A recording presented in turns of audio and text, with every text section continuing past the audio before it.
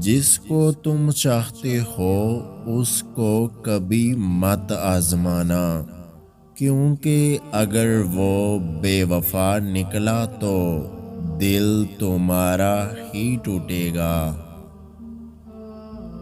غرور اور غفلت کا نشہ شراب سے بھی زیادہ ہوتا ہے۔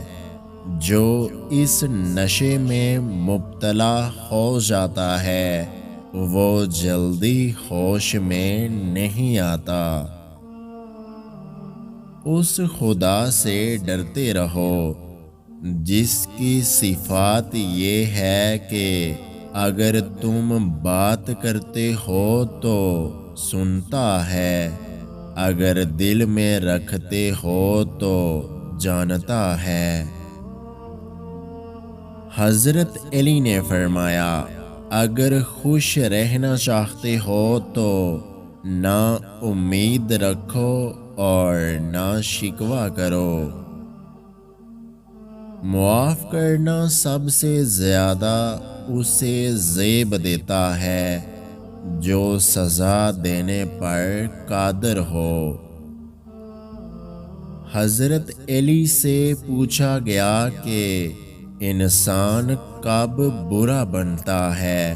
فرمایا، جب وہ اپنے آپ کو دوسروں سے اچھا سمجھنے لگے۔